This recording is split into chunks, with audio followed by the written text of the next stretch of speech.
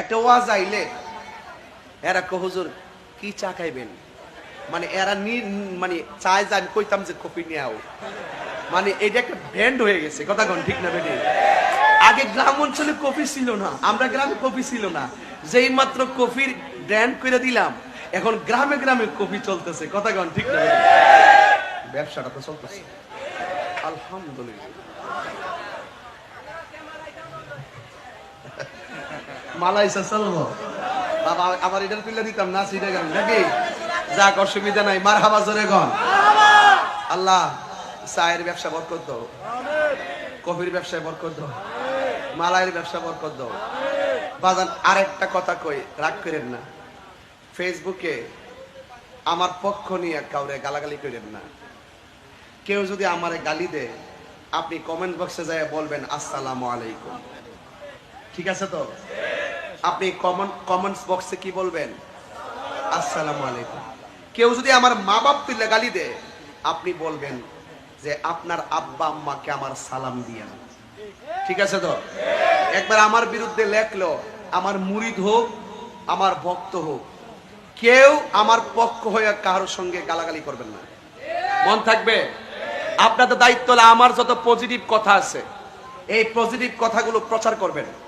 যদি আমার কোনো ভুল হয়ে যায় এটা প্রচার না করে আমার কইবেন যে হুজুর আপনার এটা ভুল হইছে, আমি সংশোধন করে দিন, ঠিক আছে তো? তাহলে আজকে থেকে এই নীতিটা মন থাকবে। একবার যেই হোক অনেক লোক দেখবেন আপনার সাথে চলতেছে, যখন আপনার সাথে কি হয়ে যাবে, মনোমালিন্য হয়ে যাবে, তখন আপনার বিরুদ্ধে সে অনেক কথাই লিখতে পারে। লেখলেও আপনারা আমার পক্ষ হয়ে তাকে গালাগালি করা দরকার, এটা মনে থাকবে ইনশাল্লাহ।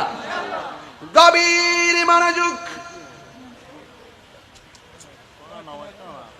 আমার যুবক ভাইরা, আমি বলেছি ওয়াবাশশিরিল্লাযীনা আমানু ওয়া আমিলুস সালিহাতি আন্না লাহুম জান্নাতিন তাজরি মিন তাহতিহাল আনহার।